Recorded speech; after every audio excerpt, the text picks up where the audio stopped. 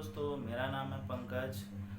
Good morning. और मैं आज आप लोगों को ये बताता हूँ एक्सरसाइज के। मैं ऐसे कुछ स्टेप्स बताऊँगा जो हर इंसान को सुबह उठते साथ ही करना चाहिए, और ये एक्सरसाइज हमको अपने बेड पे ही कर लेने चाहिए।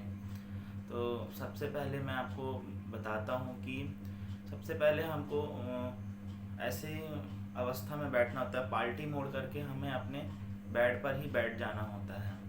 ठीक है।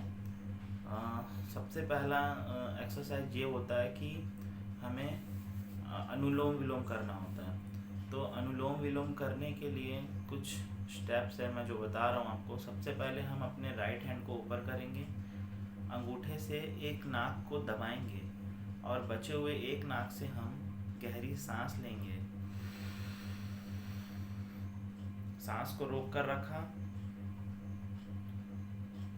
इस नाक को दबाया।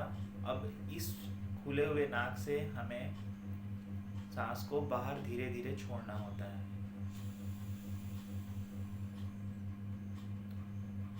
अब इसी नाक से हमें सांस गहरी लेनी होती है, फिर इस नाक को दबाया, फिर इस नाक से धीरे धीरे सांस को छोड़ना होता है। ऐसे ही हम कम से कम 20 से 25 बार ये करेंगे। पहले राइट हैंड से देन लेफ्ट हैंड से ये हमको करना होता है। उसके बाद हम गले की एक्सरसाइज करने के लिए हम सबसे पहले गले को एक तो क्लॉकवाइज डायरेक्शन में ऐसे घुमाएंगे।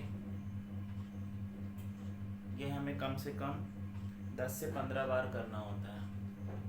उसके बाद गले को सीधे रखें और इसी को एंटी क्लॉकवाइज डायरेक्शन में घुमाएंगे।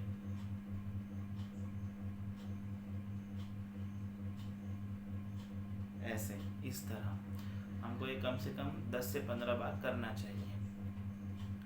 ठीक है। उसके बाद जो दूसरा होता है,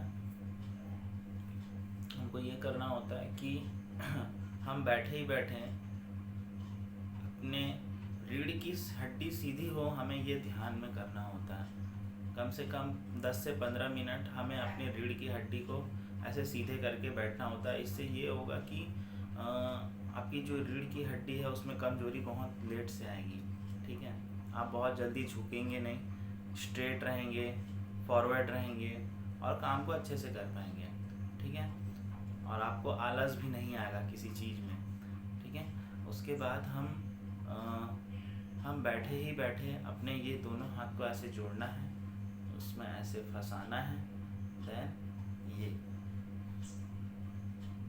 ये हमें ऐसा करना होता है, ऐसे, देन ऐसे। इस मूवमेंट को हमें कम से कम इसे भी हमें 10-15 बार करते रहना चाहिए।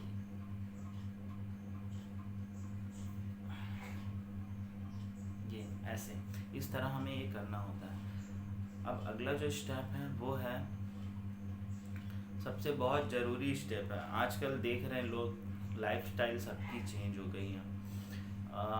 मोस्टली लोगों के मन में स्ट्रेस होता है, ये तो कंफर्म है।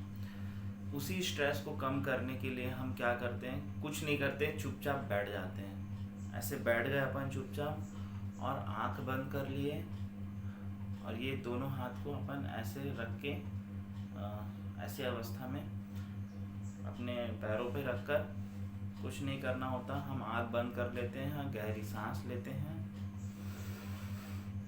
थोड़ी देर रोक कर रखना है, फिर उसे धीरे धीरे छोड़ना है।